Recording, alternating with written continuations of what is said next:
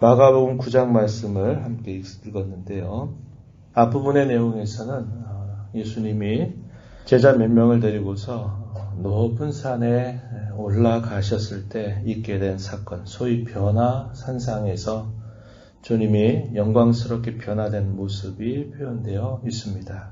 그리고 이하에 주어진 내용에 보면 14절로부터는 변화산에서 내려오고 났을 때 나머지 제자들에게 한 귀신 들린 아이를 고쳐달라고 간구하게 부탁을 했는데 그들이 쫓지를 못하고 아주 어려움 가운데 처해져 있는 모습을 봅니다. 그래서 주님께서 친히 그 귀신 들린 아이를 고쳐주시는 그런 역사가 표현이 되어 있고요. 우리가 읽은 이 부분에서는 예수님께서 두 번째로 공적으로 예수님이 가실 길이 무엇인가를 알려주시는데 고난을 받고 또 죽음을 당하시고 죽으신 지 사흘 만에 다시 부활하시겠다라고 하는 말씀이 증거가 됩니다. 그런 과정에서 주님을 믿고 따른다고 하는 길이 어떤 길인가 하는 것들을 이제 이어서 설명해 주시는 말씀, 이것이 표현되고 있다는 겁니다. 이 변화산이 과연 어디인가라고 말할 때 높은 산이다 이렇게 표현되어 있는데 아마도 추정하기를 헬몬산, 가장 높은 산에 해당되는 이곳이 아닐까 이렇게 학자들은 추정을 합니다. 이곳에서 베드로와 요한과 야고보 여기서는 아주 놀라운 광경을 보게 됩니다. 참 영광스러운 순간을 맞이하게 되는데요. 바로 거기에서 주님께서 영광스럽게 변화되는 모습을 보게 됩니다. 그분이 본래 가지셨던 그분의 영광이 어떠한 것인가 하는 것을 직접 목도하는 계기가 됩니다. 그 옷이 광채가 나며 매우 희어졌더라 이렇게 그 상황을 표현해주고 있고요. 그때에 더 놀라운 것은 모세와 엘리야와 더불어 주님이 대화하시는 모습을 보게 됩니다. 그래서 이 모세와 엘리야의 경우는 율법과 선지서, 구약의 그런 귀한 역할들을 감당했던 말씀의 종들을 대변하고 있다라는 겁니다. 그래서 그런 대화의 모습이 나타나니까 이것이 얼마나 영광스럽고 그의 심령에 기뻤는지 베드로가 나서서 이렇게 간청을 하게 되는데요. 초막셋을 여기에 지어서 하나는 주님을 위해서, 하나는 모세를 위해서, 하나는 엘리야를 위해서 지었으면 좋겠습니다. 여기 계속 있었으면 좋겠습니다. 라고 주께 간청을 드립니다. 그러나 주님은 거기 계실 수 있는 일이 아니었습니다. 그래서 이 제자들을 데리고 다시 산 아래로 내려오게 됩니다. 그 내려오게 되는 순간에 나머지 제자들과 더불어서 큰 변론이 일어났다라고 표현합니다. 14절에 보면 이에 그들이 제자들에게 와서 보니 큰 무리가 그들을 둘러싸고 서기관들이 그들과 더불어 변론하고 있더라 이렇게 말합니다.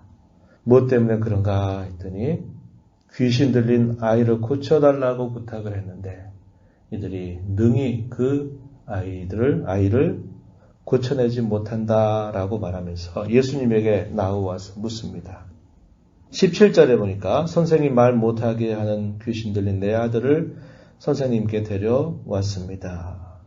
그가 얼마나 심각한 상황인가 하는 것을 이야기해주고 제자들에게 쫓아달라고 부탁을 했는데 능히 하지 못했습니다. 이렇게 말하면서 주님께서 아이를 고쳐달라고 부탁을 하게 됩니다. 주님이 책망하시죠. 19절에 보면 믿음이 없는 세대여 내가 얼마나 너희와 함께 있으며 얼마나 너희에게 참으리요. 그를 내게로 데려와라. 이렇게 말씀하셔요. 믿음이 없는 세대. 이것은 논쟁의 대상이 되고 있었던 이 서기관 그리고 또 제자들까지도 포함할 수 있는 말입니다. 책망하시면서 그를 내게로 데려와라 이렇게 말씀하셔요. 그리고서는 이 아이의 부모가 그 아이가 어릴 때부터 귀신에 들려서 자주 죽음의 위기를 여러 번 건넜다라는 사실을 말씀을 드리게 됩니다. 그러면서 주님께 이렇게 말씀드리죠. 22절 중간에 보면 그러나 무엇을 하실 수 있거든 우리를 불쌍히 여기사 도와 주옵소서. 무엇을 하실 수 있거든 이렇게 조건을 달고 주께 도와달라라고 간청을 했습니다. 주님이 대답하시죠. 우리 잘 기억하는 말씀입니다. 23절에 보면요. 할 수 있거든이 무슨 말이냐. 믿는 자에게는 능히 하지 못할 일이 없다 이렇게 말합니다. 마침내 그 귀신 들린 아이를 주님께서 고쳐주시게 됩니다. 제자들이 묻습니다. 주님 왜 우리는 그렇게 하지 못했습니까? 라고 물어요. 이렇게 묻는 물음에는 그들이 분명히 경험했기 때문에 그렇습니다. 마가복음 6장 13절에 보면요. 그들이 주님의 명령을 받아서 나가서 실제적으로 귀신도 쫓아내고 병자들도 고치는 일들을 행했습니다. 행해서 우리도 이런 걸 할 수 있구나. 우리도 예수님이 하시는 일을 우리도 할 수 있구나. 이런 자신감을 가졌습니다. 그래서 귀신 들려있는 아이를 고쳐달라고 했을 때 얼마든지 할 수 있겠다라는 마음을 갖고 해보려고 했는데 안 됐던 겁니다. 제자들이 묻는 거죠. 주님 왜 우리가 이게 전에는 됐는데 왜 안 됐는지 묻는 겁니다. 왜 능히 귀신을 쫓아내지 못했나요? 라고 주님께 여쭙자 주님 대답하십니다. 29절 기도 외에 다른 것으로는 이런 종류가 나갈 수 없다라고 말씀을 하십니다. 기도 외에 다른 것으로는 이런 일을 행할 수가 없다. 이 말은 그들의 마음이 스스로 자고해졌던 것을 주님이 책망하시는 겁니다. 전에 했었다고 그것이 항상 자기들이 할 수 있는 것이냐, 소유하고 있는 것이냐, 그렇게 생각하고 있었던 제자들에게 일침을 놓으시는 겁니다. 그것은 그들이 행한 게 아니라 주님이 그들에게 권능을 주셔서 할 수 있도록 하신 일이고 그 일은 복음을 전파하는 일을 확증하기 위해서 주께서 행하시도록 하신 일이라는 겁니다. 그래서 여기서 하시는 말씀은 그들 스스로가 마치 그것을 소유한 것이냐 자신만만해 할 일이 아니라 그것은 언제든지 주님이 함께해 주시지 않는다면 주님이 도와주지 않는다면 안 되는 일이다라는 것을 일깨워 주면서 항상 겸손한 태도를 갖고 늘 주님을 의지하는 자세를 가져야만 된다. 이 사실을 주님은 이 사건을 통해서 그들 가슴에 깊은 교훈을 새겨 주셨습니다. 그리고 나서 갈릴리라고 하는 곳으로 옮겨가시면서 두 번째로 공적으로 내가 고난받아서 죽게 될 것이지만 내가 다시 살아날 것이다 라는 말씀을 제자들에게 하시게 됩니다. 그런데 이러한 말씀에 대해서 제자들이 별로 듣고 싶은 말이 아니었는지 그 말씀의 깊은 뜻을 깨닫지 못했고 묻는 것조차 두려워하는 태도를 가졌다고 이야기합니다. 그리고 가버나움으로 옮겨가시게 되는데요. 이 옮겨가시는 중에 제자들 사이에 큰 토론 또 쟁론이 일어나게 됐습니다. 주님이 그걸 아신 거예요. 그리고 가버나움에 이르렀을 때 주님이 물으십니다. 너희가 길에 가면서 무슨 이야기를 나눴느냐라고 주님이 물으셔요. 모르고 묻는 물음이 아니라 이미 다 알고서 물으시는 물음이죠. 아무 말도 하지 못했다 그랬습니다. 그게 잘못됐다는 걸 알고 있는 거죠. 주님께서 이제 그들에게 또 하나의 교훈을 주시는데 35절 보시기 바랍니다. 누구든지 첫째가 되고자 하면 무사람의 끝이 되며 무사람을 섬기는 자가 되어야 할 것이다. 하나님의 나라의 이치, 하나님 나라의 질서는 이 세상의 질서와 다르다는 겁니다. 누가 더 크냐, 누가 더 높으냐 하는 이런 생각을 서로 나누면서 내가 더 라고 서로 말하면서 쟁론했던 이 제자들을 향해서 크고자 하는 자, 첫째가 되고자 한다면 가장 뒤에서, 가장 아래에서 섬기는 자가 되어야 한다. 이것이 곧 하나님 나라의 원리다. 하나님 나라의 이치다, 질서다라는 사실을 주님이 분명하게 말씀하십니다. 그리고는 어린아이 한 사람을 데려다가 세워놓으시고 말씀하세요. 37절에 보니까 내 이름으로 이런 어린 아이 하나를 영접하는 것이고 나를 영접하는 것이고 나를 영접하는 것은 곧 나를 보내신 하나님 아버지를 영접하는 것이다 라고 말씀을 하시게 됩니다. 당시의 여인이라든지 어린아이는 사람 수에 들어가지 않는 만큼 그렇게 중요하게 여기지 않았던 사회적인 약자에 해당되는 대상들이었습니다. 그런데 주님은 그러한 약자들, 그러한 어린 소자들, 그런 사람을 주의 이름으로 영접하는 것이 곧 주님을 영접하는 것이요 그를 보내신 아버지를 영접하는 것이다 라고 말씀하시면서 섬기는 것, 낮아지는 것, 이것이 참 중요하다, 이 사실을 분명하게 이야기를 해주시게 됩니다. 그런 과정에서 또 하나의 이야기가 등장하는데요. 요한이 예수님께 이런 말씀을 드려요. 아마 잘했다라고 하는 칭찬을 받고 싶은 마음으로 했는지 모르겠어요. 38절에 보니까 이럽니다. 선생님, 우리를 따르지 않은 어떤 자가 주의 이름으로 귀신을 내쫓는 것을 우리가 봤는데 우리를 따르지 않는 것으로 인해서 그렇게 하지 말라라고 말했습니다. 주님 잘했죠? 이런 말을 하고 싶었던 것입니다. 주님의 대답은 의외였습니다. 40절에 보니까 우리를 반대하지 않는 자는 우리를 위하는 자다라고 말합니다. 조금 전 제자들은 귀신 들린 아이를 치유할 수 있겠다라고 생각을 했는데 안 됐거든요. 자기들은 안 됐는데 어떤 사람은 우리와 같이 따르지도 않는데 어떤 사람은 주의 이름을 가지고 귀신을 내쫓는 일이 있었다는 겁니다. 대조가 되고 있죠. 그래서 너는 우리를 따르지 않기 때문에 너 이런 일 하면 안 된다라고 이렇게 말한 겁니다.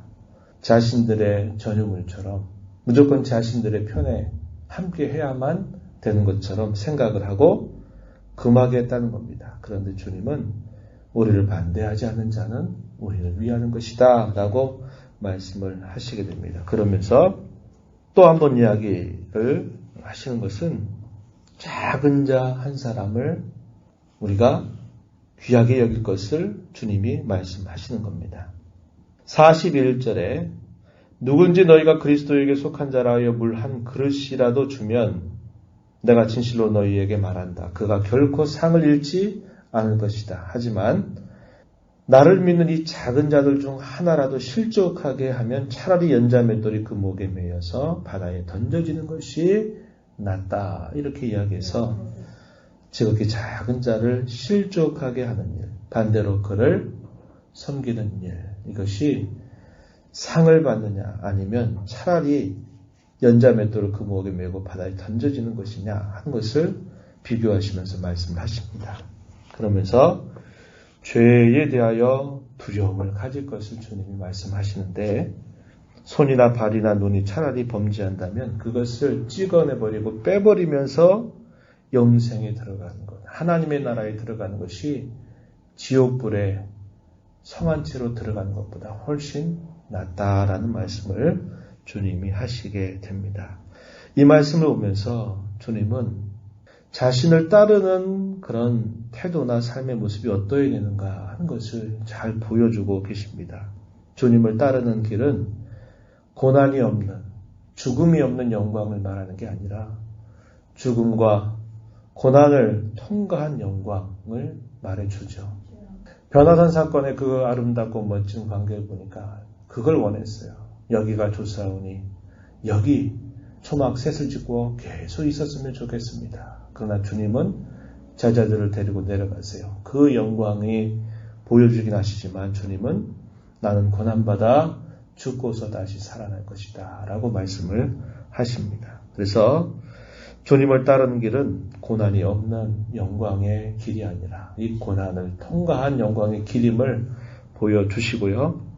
서로 누가 더 크냐라는 것을 서로 다투는 그런 것이라든지 우리와 함께하지 않는 사람을 다 배제시키고 우리만 이렇게 여기는 그런 태도를 다 버리고 오히려 주님을 따르는 길은 섬기는 길이요, 희생하는 길이요, 화목을 따르는 길이요, 모든 사람들을 향해서 관용을 베푸는 자세임을 분명하게 가르쳐주고 있습니다. 오늘 저와 여러분이 사랑하는 주님을 따르는 자세도 역시 마찬가지입니다. 다투고 경쟁하고 다른 사람을 배척하고 배제하는 것이 아니라 화목과 관용을 따르고 또 섬기고 희생하는 그 길이 주님을 따라가는 우리의 걸음이 되어야 한다. 이것을 배우게 됩니다. 오늘 이 말씀을 우리 마음에 간직하면서 주님, 주께서 앞서가신 그 걸음 오늘도 주어진 삶 속에서 따라가게 해 주시옵소서. 간절하게 기도하면서 이 하루를 주 앞에 복되게 살아가는 모두가 되기를 축복합니다. 하나님 아버지 감사합니다. 이 새벽 시간에도 저희들을 불러주셔서 찬송하게 하시고 또 말씀의 귀를 기울여 교훈받게 하시고 기도하며 또 이 하루를 주 앞에서 새롭게 살게 하시니 감사드립니다. 구원의 은혜로 날마다 저희들의 심령을 새롭게 하여 주셔서 매일 똑같은 삶의 몸이 건조한 반복의 삶이 되지 않게 하시고 날마다 주님이 새롭게 주시는 그 은혜에 힘입어서 새로운 마음을 가지고 주님을 사랑하고 더 힘써 섬겨가는 삶이 되도록 저희들을 주장하여 주옵소서. 고난 없는 영광의 길을 원하지만 저희들에게 주님을 따르는 길은 그 길이 아님을 우리에게 말씀해 주셨고 경쟁하고 배척하고 하는 것으로 따라갈 걸음이 아니라 오히려 섬기고 희생하는 그 걸음을 통해서 주님을 따라야 됨을 가르쳐 주셨사오니 오늘도 흩어진 삶의 자리에서 주님을 따라 힘써 살아가는 저희들의 삶이 되도록 인도하시고 도와 주옵소서. 은혜의 보좌 앞에 나와서 아버지의 은혜를 간절하게 구하는 모든 심령들을 용납하시고 강구의 귀를 기울여 주시고 저희들의 심령에 주의 음성을 듣게 하여 주옵소서. 예수님 이름으로 간절히 기도하옵나이다. 아멘.